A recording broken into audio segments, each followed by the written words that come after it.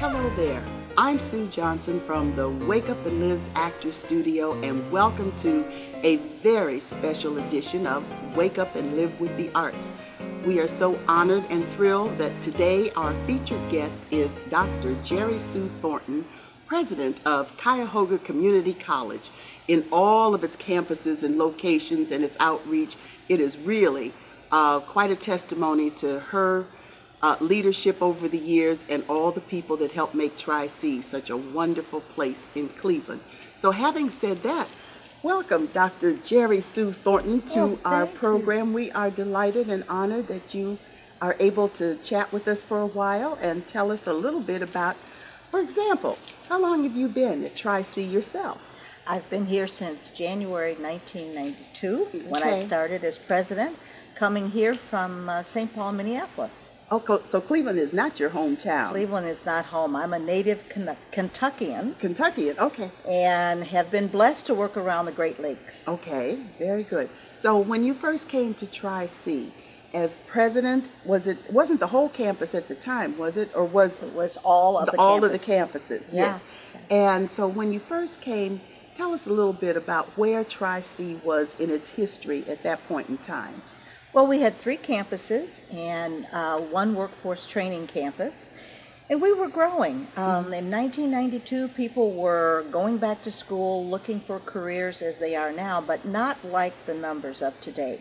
Since I've been here, we've been able to build 2 corporate colleges, which are workforce training sites, and we'll be adding our 4th campus in January in Westlake. Oh my word, now this will be a 4th corporate college campus. Our 4th campus. Our 4th campus. Oh my word! It's such as like Metro and Western and Eastern. And that will be West Shore. Wow! Under your leadership, all this development has occurred. And with wonderful people at Tri-C. I've got to tell you that the talent here is just amazing. When I came, I found in place really a legacy of success and people who worked really hard. And Tri-C really has a speed of its own. It's fast, and it's on the move, and it's responsive to the community, which is what I really like about it. Yes. Now, speaking of community, describe the community that Tri-C attracts with its various academic programs and services, because it's not just about straight classroom teaching. You've got a lot of things going on here. We do. Our 3 campuses attract students who are average age 29 years old, so we bring in a lot of recent high school graduates who want to come to college and start their higher education. But we also have a lot of senior citizens who just want to keep their minds active.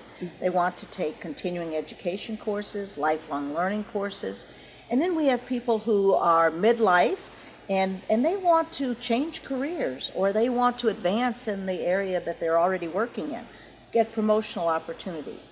So we have a broad spectrum of people who look to Tri-C for their educational and training needs. And given the recent economic circumstances, do you find that there's been an uptick in your enrollment as people make college alternative choices because they can't afford the 4-year college right away, perhaps, and or people who have been downsized? So I'm finding that's been a factor. We have double-digit enrollment increases over the last 18 months. And it really is a combination of circumstances in our community in terms of economics. We do have, unfortunately, dislocated workers, but fortunately for us and for them, there is a place for them to retrain for the new careers in our community. We also have over 1,000 veterans, young men and women who've come back from Iraq and Afghanistan.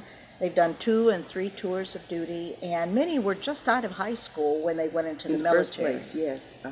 Because I did I did the Veterans Upward Bound program for a short period of time before I did, am now doing the regular high school, Cleveland Municipal School District Upward Bound version here at Metro. And it is a very popular program. We have one of the few Upward Bound veterans programs in the state, and are among a small number in the nation where a lot of our veterans come in through the Upward Bound and then move into regular classes and regular training. Okay, so you got a lot going on from that aspect, but another thing that I think the community thinks, well actually we know that Tri-C is doing a lot with innovative programming. Particularly of interest to someone like me is when all the media arts started exploding, and you started building whole departments, and then the whole new building, which is tied into the Rock and Roll Hall of Fame. Is that, tell us how that works. Well, it's a 75,000 square foot building, and the Rock and Roll Library and Archives, they are in 25,000 square feet of that space. The rest of the space is our media arts building, and that includes music, performing arts, dance, theater, but it also includes our recording arts technology. So music and recording arts. It also includes our animation studios, where we are helping young people and adults look at combining music, animation, video, performing arts. So it's all of the arts combined in a media arts area. An integrative approach to it is. Yes, okay.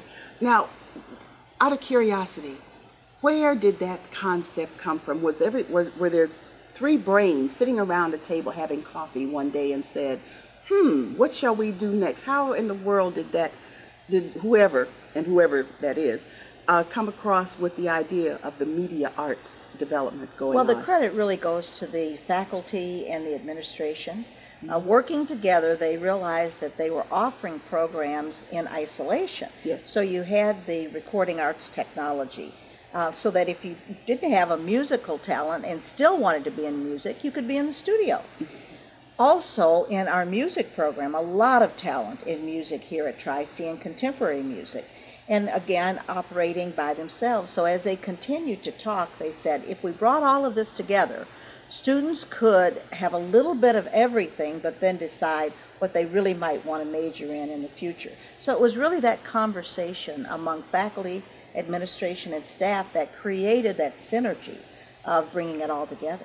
And that seems to have happened over a relatively short period of time, in that, in the past 2 years, I think the whole concept has manifested into the building and all the programming that goes on there. Well, they've actually been working together for a while, and I think the visibility of the building is what brings it front and center. Sure. We really had been looking at the building for quite some time to bring rock and roll onto our campus, but as well, we wanted to build a building for our Tri-C Jazz Fest, because we knew it was really important for the future to have something that visibly showed our community our commitment to contemporary music and jazz. We've long been into jazz, and that's really important to us.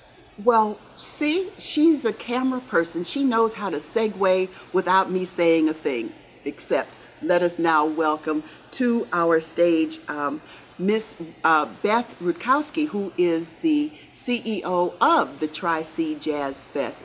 And we're going to chat with her and find out more about all this Jazz Fest music going on, of international fame, I would imagine. Absolutely. Yes, okay. Hang on, we'll be right back with Beth. Don't go away.